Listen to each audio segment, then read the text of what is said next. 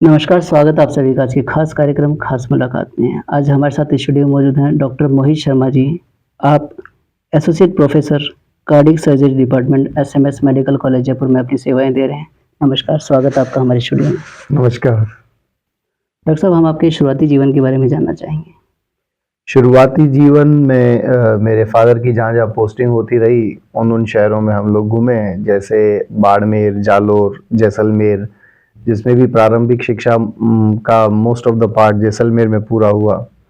और राजस्थान के लगभग सभी ज़िलों में हम लोग रह चुके हैं और अब चूँकि यहाँ जयपुर में ही घर है और यहीं जी, पे अपना नौकरी का सेटअप है, तो यहीं पे ही अब कंप्लीशन है। अब उसके बाद में अब पूरा राजस्थान घूमने के बाद पढ़ने के बाद नाउ सेटल्ड इन जयपुर। बहुत बढ़िया। डॉक्टर साहब अपने एजुकेशन के बारे में बताएँ। एजुकेशन में चूँकि राजस्थान के अलग-अलग ज़िलों में घूमे हैं, तो लगभग सभी ज़िलों के स्कूलों में पढ़ाई करी है। प्रारंभिक जो एजुकेशन है वो हमारी जालोर से शुरू हुई है और इनफैक्ट बाड़मेर से कह सकते हैं। 1980 के दशक में जब हम रहे तो बाड़मेर, फिर उसके बाद जालोर। जालोर में अप टू 6th क्लास तक वहाँ पढ़ाई करी। जी, जालोर के बाद जब ट्रांसफ़र जैसलमेर हुआ तो 8th class onwards up to 12th जी, जैसलमेर में पढ़ाई करी है। और फिर उसके बाद में चूँकि यहाँ पे कॉम्पिटिटिव एग्ज़ाम होता था, जब हम 90s के एरा की बात करें, जी, मेडिकल में एंट्रेंस के लिए Rajasthan pre medical entrance test, तो उसकी तैयारी के लिए coaching and then finally Bikaner medical college से MBBS MS graduation and post graduation वहाँ से किया जी, और सुपर स्पेशलाइजेशन यहाँ जयपुर से ही किया, एसएमएस मेडिकल कॉलेज जयपुर से। बहुत बढ़िया। आपका मेडिकल शिक्षा चुनने का क्या कारण रहा और आपके प्रेरणा स्रोत कौन रहे हैं? मेरे प्रेरणा स्रोत मुख्य रूप से तो मैं अपने माता-पिता को ही श्रेय देता हूँ इसका। जी, बचपन से ही मेरे फादर इंजीनियर हैं और मदर जो थी वो टीचर रही हैं, हिंदी के लेक्चरर से रिटायर हुई हैं। तो घर में पढ़ाई का ही माहौल रहा शुरू से, बिल्कुल। तो उनका ही प्रेरणा रहती थी कि अगर बच्चों को टेक्निकल एजुकेशन में ही जाना है तो मेरी एल्डर सिस्टर इंजीनियर है और छोटा भाई भी इंजीनियर है। और मेरे को चुनाव चूँकि मेरा मैथमेटिक्स फील्ड ऐसे ठीक रहा, लेकिन फिर भी बायोलॉजी में रुचि शुरू से रही, तो मेरे फादर ने पूछा था जब मैंने बायोलॉजी लिया कि भाई अपने घर में सब इंजीनियर है तो तू सोच समझ के विचार करके देख ले, लाइन थोड़ा-सा लाइन ऐसा है। बट बचपन में मैं चिकित्सकों को, जब हमारे पड़ोस में भी रहते थे एक डॉक्टर ओपी शर्मा जी जो पीडियाट्रिशियन थे, और अच्छा, उनको भी देखा तो लगता था कि ये प्रोफेशन जो है ये एक डायनामिक प्रोफेशन है और इस प्रोफेशन में आकर के कुछ हद तक हम सेवा का काम कर सेवा सकते हैं जो बिल्कुल। आपके दिल को तसल्ली देने वाला होगा। जी, जी। और फिर उसके बाद धीरे-धीरे इंक्लाइनेशन जब भी गए तो fascinated with this field, और इंक्लाइनेशन में हमेशा ये रहता था कि अगर बनना है तो सर्जन, और सर्जरी में भी कार्डियक सर्जरी। बिल्कुल, बिल्कुल। अच्छा, जैसे एक होता है बच्चे का काल्पनिक स्तर, हो सकता है ऐसा हो, पर जब आगे बढ़ते रहे शिक्षा के साथ-साथ तो देखा कि हाँ, I am in the perfect side, क्योंकि अब मैं जिस जगह हूँ मुझे लगता है कि अपने जो डिज़ायर्ड थे, सपने थे, वो पूरे किए ही हैं इसके माध्यम से। जी। डॉक्टर साहब अपनी अभी तक की चिकित्सा सेवा में जो आपने सेवाएँ दी हैं, वो कहाँ-कहाँ, किन-किन अस्पतालों में दी हैं, उसके बारे में थोड़ा-सा दर्शकों को बताएँ? सबसे पहली मेरी पोस्टिंग हुई थी गोटन राजस्थान में, जोधपुर से लगभग 80 किलोमीटर दूर है। जी, तो after just completing of MBBS graduation पूरा हुआ, उसके तुरंत बाद सेंट्रल गवर्नमेंट की जॉब थी, तो मेरे को लगा कि आगे स्पेशलाइजेशन करने से पहले मैं खाली बैठ के तैयारी नहीं कर सकता, तो मैंने ज्वाइन किया। और लगभग 11 महीने काम करने के बाद में फिर जैसलमेर में ही पेरेंट्स थे, तो मुझे लगा जैसलमेर ज़्यादा ठीक है, and then I join in Jaisalmer. RPSC 2006 जो हम लोगों की हुई थी, अच्छा, उस वक्त मैं अच्छी रैंक थी मेरी राजस्थान में, 34th रैंक थी और मेडिकल ऑफिसर्स की आरपीएससी में। जी, तो पूछा गया वहाँ पे काउंसलिंग में भी आपको कौन से ज़िले में आपकी प्रेफ़रेंस है? तो मैंने कहा मेरी जैसलमेर ज़िले में प्रेफ़रेंस है। तो वहाँ लगभग 8 लोग थे जो काउंसलिंग में बैठे थे, उन सब ने जी, देखा कि जैसलमेर चुनने वाला कौन है, और जैसलमेर में भी दूरस्थ दूरगामी जी, ऑन बॉर्डर एक पीएचसी है म्याजलार, वहाँ पे मैंने सर्विस दी। फिर जैसलमेर जिला चिकित्सालय में सर्विस दी। उसके बाद फिर बीकानेर मैंने एमएस किया एंड देन एमसीएच यहाँ करने के बाद फिर एमसीएच पूरा होने के बाद अजमेर मेडिकल कॉलेज में रहा 11 महीने। और उसके बाद मैं कोटा मेडिकल कॉलेज रहा हूँ कुछ समय के लिए। मीनवाइल मैंने यहाँ पे फोर्टिस एस्कॉर्ट हॉस्पिटल जयपुर का है जहाँ पर पीडियाट्रिक कार्डियक सर्जरी में काम किया, and then finally in SMS medical college. बहुत बढ़िया। मतलब आपकी जो शिक्षा रही है वो भी पूरे राजस्थान में रही है और और नौकरी चिकित्सा भी सेवाएं लगभग। भी करीब-करीब आपने पूरे राजस्थान में दी। बहुत बढ़िया। डॉक्टर साहब आपके बारे में सुना है कि आप पेशेंट्स को जो है योग के बारे में ज़्यादा जानकारी देते हैं। तो आप आर्ट ऑफ लिविंग से कैसे जुड़े उसके बारे में दर्शकों को बताएँ? आर्ट ऑफ लिविंग या योग से जुड़ाव मेरे फाइनल ईयर एमबीबीएस का है, लगभग 20 साल हो गए जुड़े हुए। और मुझे ऐसा लगता है कि योग से जुड़ाव किसी भी व्यक्ति का एक इस जीवन या एक जन्म में नहीं होता है, वो उसकी पुरानी संस्कृति और पुराने संस्कारों के माध्यम से होता है। तो इस विषय में सबसे महत्वपूर्ण यह है कि चूंकि योग एक जीवन जीने की शैली है और उत्तम स्वस्थ जीवन जीने की शैली है, लोगों में कुछ भ्रांतियां हैं योग को लेकर के। जैसे पहली कि योग चिकित्सा का सब्स्टिट्यूट है, नहीं। तो यहाँ पर ये भ्रांति दूर करने के लिए अगर कोई मेडिकल फील्ड से व्यक्ति बात करता है तो वो थोड़ी और ऑथेंटिक मानते हैं लोग। अदरवाइज मुझे नहीं लगता ऑथेंटिकेशन की नीडेड है। भारतीय योग पद्धति और चिकित्सा पद्धति को विश्व स्तर पर स्वीकार किया ही गया है। जी। फिर मेरा जुड़ा हुआ आर्ट ऑफ लिविंग में, एंड देन 20 साल की यात्रा जो मैं यहाँ तक पहुंचा। 2003 में मैंने पहला कोर्स किया होगा और उसके बाद धीरे धीरे धीरे धीरे आगे से आगे एक तरफ पढ़ाई चलती रही, दूसरी तरफ अपने जीवन का ही, जैसे कुछ लोग होते हैं बैडमिंटन खेलते हैं, कुछ लोग टेबल टेनिस बिल्कुल, खेलते हैं, कुछ अपना-अपना। गोल्फ खेलते हैं, किसी को घुड़सवारी का शौक है, कोई म्यूजिक में अपना शौक पूरा करता है। तो ये एक पैशन कह सकते हो कि पैशनेट तरीके से इसमें फिर थोड़ा सा और गए आगे, और आगे जाकर के फिर अब फिलहाल मैं इसको पढ़ाता भी हूँ, आर्ट ऑफ लिविंग के कोर्सेज लेता हूँ, जी। जिसमें बेसिक कोर्स है, सहज समाधि कोर्स है, साथ में जेल के कोर्सेज हैं, यूथ के कोर्सेज हैं। और आप देखो आजकल वर्तमान में आज का यूथ डायरेक्शनलेस लगता है कहीं कुछ हद तक, जिनके पास ऊर्जा का असीम भंडार है लेकिन दिशा नहीं दिशा है। नहीं है। और इस ऊर्जा के असीम भंडार और दिशाहीनता के कारण फिर नशा और अपराध, इसमें कहीं ना कहीं इंडल्जेंस होता है। तो ज्यादा बेटर क्या है कि एक दिशा के हिसाब से कम कोई दिशा दिखाने वाला अगर हो, जैसे हमें हमारे जीवन में मिले दिशा दिखाने के लिए गुरु मिले, जी। माता पिता मिले, तो मुझे लगता है कि अगर एज ए मेडिकल प्रोफेशनल मैं अपने कुर्सी पे बैठ के मरीजों से इस तरह की बात करता हूं तो कहीं हद तक मैं अपना एक सोशल दायित्व भी पूरा करता हूं। जी, बहुत बढ़िया। डॉक्टर साहब चिकित्सा सेवा और घर परिवार दोनों में आप किस तरह से सामंजस्य बैठा पाते हैं? हाँ, ये बहुत अच्छा प्रश्न है। सब लोग मुझसे पूछते हैं कि आप सुबह के सेशंस लेते हो योगा के, और फिर मेडिकल फील्ड में भी कार्डियक सर्जरी है जो बिजीएस्ट है, कैसे मैनेज होता है? बहुत आसान है। आप रोज नाश्ता करते हैं जी। और लंच करते हैं, जी। डिनर भी करते ही होंगे, बिल्कुल।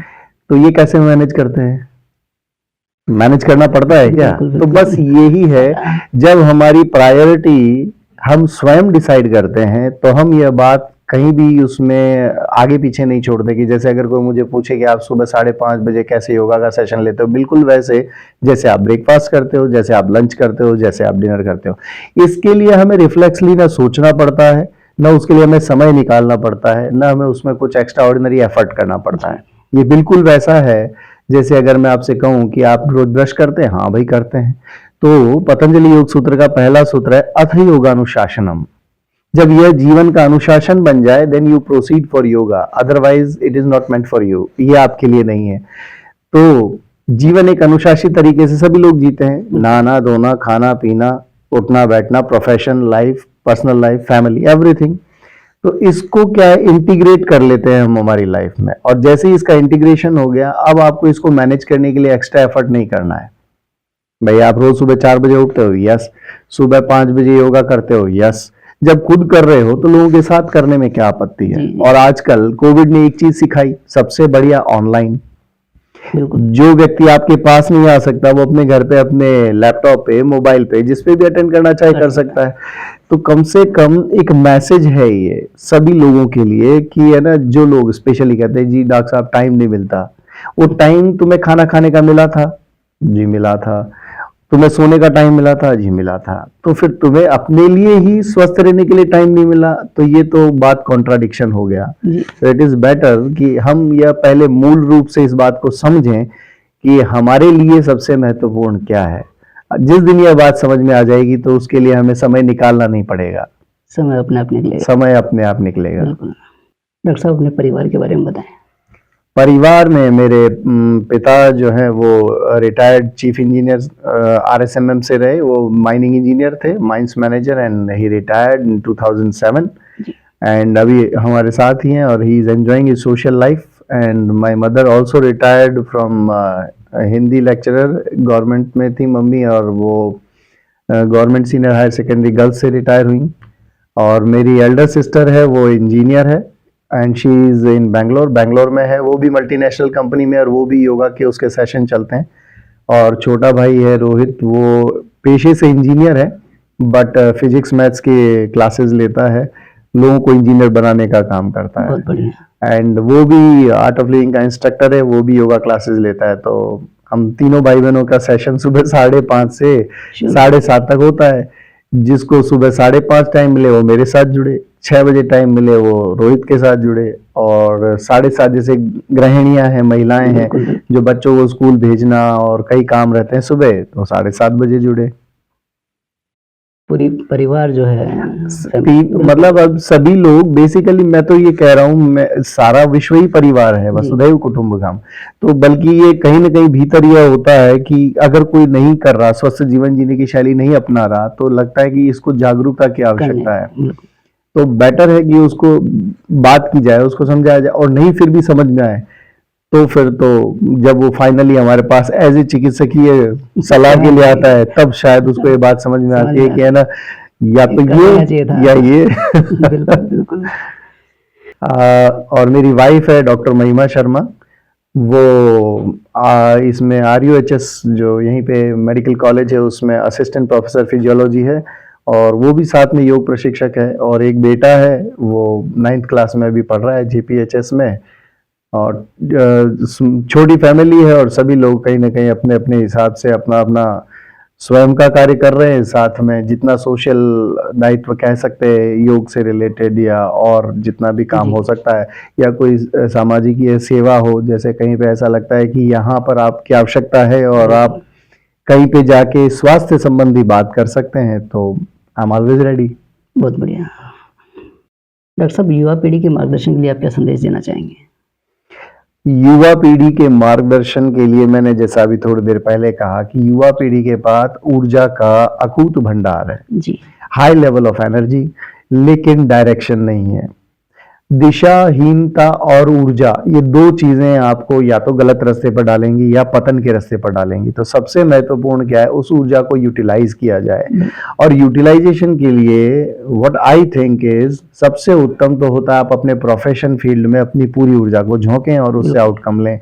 दूसरा होता है कि समाज को आपकी ऊर्जा की आवश्यकता है। जी तो जहां कहीं भी आपको लगता है कि यहाँ देखो, दो चीजें हैं, जिम्मेदारी आप ले सकते हो किसी भी चीज की, दूसरा होता है आपको ड्यूटी दी जाए। अगर प्रोफेशन में हो तो आपको ड्यूटी दी जाएगी, लेकिन जिम्मेदारी आप कहीं भी उठा सकते हैं, घर में, परिवार में, समाज में, राष्ट्र के लिए।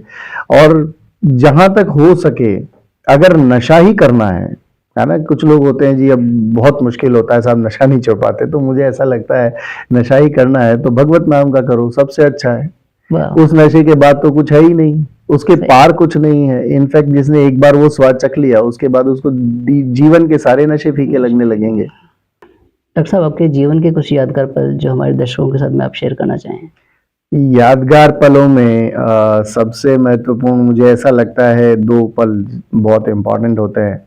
जैसे आप ग्रेजुएट होते हो, पहला। दूसरा, जब आप पोस्ट ग्रेजुएट होते हो एज ए सर्जन, आप वापस काम करने जाते हो। लेकिन उससे भी महत्वपूर्ण जो मेरी यादगार है, when you are doing your super specialization. तो ये उन दिनों की घटना है जब मैं कर रहा था सुपर स्पेशलाइजेशन, तो भी मेरा कभी योग से मेरे साथ ही था, जबकि समय मिलता नहीं था, क्योंकि हॉस्पिटल में जो भी लोग सुपर स्पेशलिटी करते हैं 36 घंटे वहीं रहते हैं, पूरा दिन पूरी रात, लगभग सारा समय अस्पताल में बीतता है। तो वहाँ पे सुबह सुबह मैं अपना 3 बजे 4 बजे। इनफैक्ट कई बार ऐसा होता था आईसीयू में पड़े पड़े ये ध्यान नहीं होता था कि ये शाम की 5 बजी है या सुबह की 5 बजी है। टाइम जोन आपका स्टेटस चेंज कर देता है, वो सारा कमरा जो बंद है और आप बाहर की रोशनी में नहीं हो। तो ऐसे में मुझे याद रहता था कि अभी साधना किए 12 घंटे हुए हैं, इसका मतलब ये शाम की 5 बजी है, ये सुबह की नहीं है। तो कई लोग पूछा करते थे उस वक्त भी कि आप ऐसा क्या करते हो कि आपको कभी थके हुए नहीं देखा और आप एकदम हर वक्त एनर्जाइज्ड रहते हो। तो एक ही आंसर होता था कि you also do pranayama and Sudarshan क्रिया, मेडिटेशन, ध्यान, ये सब करिए। And first memory during the time CH जब मैंने किया अपना सुपर स्पेशलाइजेशन, और जो दूसरा मेरे मेमोरी में है जो सबसे जो कीमती पल है वो है जब मैं इस योग क्षेत्र में, हम लोगों का एक प्रोग्राम होता है टीचर्स ट्रेनिंग प्रोग्राम, उसके बाद आप उसको ऑथेंटिकेट लेवल पे आप उसको पढ़ा सकते हो या सिखा सकते हो। अदरवाइज आप बिना किसी से कुछ सीखे, बिना किसी से ज्ञान लिए सिखा नहीं सकते हो, है ना। ठीक है, एक आम बोलचाल की भाषा में इधर से ज्ञान लिया उधर से ज्ञान लिया, वो सब ज्ञान आपको एक मुकाम तक नहीं पहुंचाएगा। तो मेरे जीवन के 2 महत्वपूर्ण पल हैं, जब आप MCH किया मैंने और दूसरा जब मैंने टीचर्स ट्रेनिंग प्रोग्राम किया आर्ट ऑफ लिविंग का, गुरुदेव से मुलाकात हुई और उसके बाद जीवन की जो एक डायरेक्शन है कि हाँ अब ये जो ऊर्जा है इस ऊर्जा को अपन कहाँ लगा सकते हैं। और दोनों अपने अपने अलग आयाम है, एक स्ट्रेस का हाइट है और एक फ्रीडम का हाइट है। Art of living is a height of freedom और cardiac surgery is a height of stress. तो दोनों का समागम है और अपनी मस्ती है। बिल्कुल, बहुत बढ़िया। और इसी में कह सकते हैं कि जैसे उसके बाद अब एक जैसे शेड्यूल बन चुका है,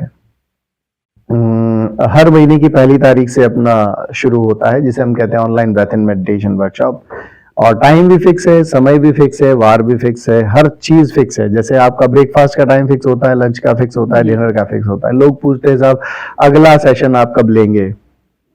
1 तारीख को सुबह 5:30 बजे आप आराम से मिल सकते हैं ऑनलाइन। दूसरा शाम को 9 से 9:30 रात को होता है प्राइम टाइम विद डॉक्टर मोहित। ऐसा करके हमने एक जूम पर मेरा चलता है जिसमें भगवत गीता, योग वशिष्ठ, नारद भक्ति सूत्र, अष्टावक्र गीता और जितने भी हमारे पुरातन वेद और उपनिषद हैं उनके ऊपर चर्चा रहती है। तो इन सारी बातों को जो हम भूल चुके हैं कालांतर में, हमको लगता है हम शिक्षा ग्रहण करने के बाद में उच्च शिक्षित हो गए हैं, तो आपको यहाँ डिग्रीधारी मूर्ख और पैसे वाले गरीब हर जगह देखने को मिलेंगे।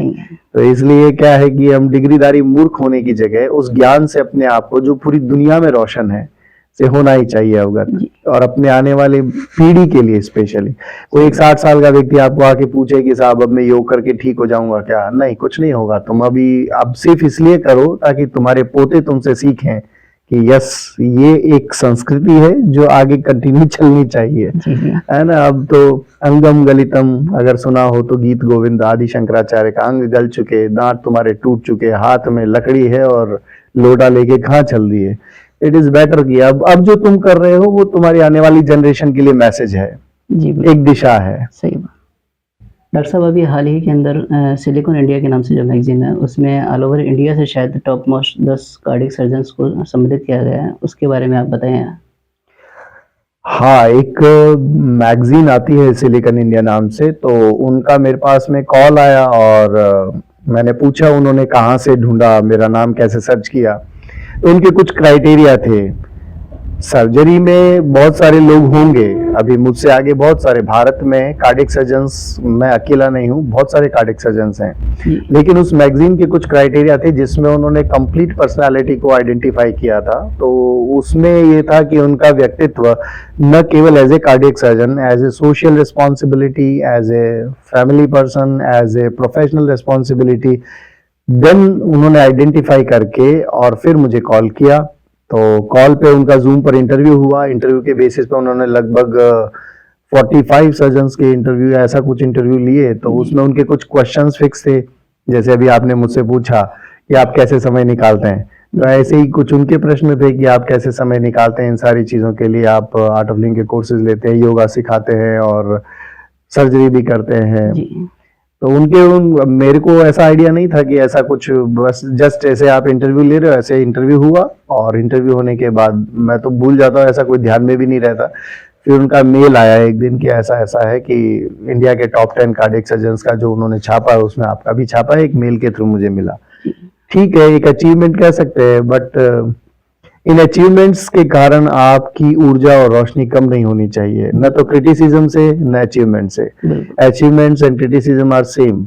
अचीवमेंट से लगना चाहिए कि अपन को और आगे कुछ करना है। बस एक उत्साहवर्धन के हिसाब से है, otherwise it doesn't matter at all. कि आपको कोई सर्च करके आप तक पहुंचता है, ठीक है, लेकिन उसके लिए आपके पास क्या मैसेज है ये ज्यादा महत्वपूर्ण है। बंधुओं, आज हमने स्वास्थ्य हित में काफ़ी अहम बातें जानी, जिनके लिए आपका बहुत बहुत धन्यवाद। धन्यवाद। मिलते हैं अगले सप्ताह किसी नई हस्ती के साथ। तब तक आप देखते रहें विश्वकर्मा टुडे न्यूज़।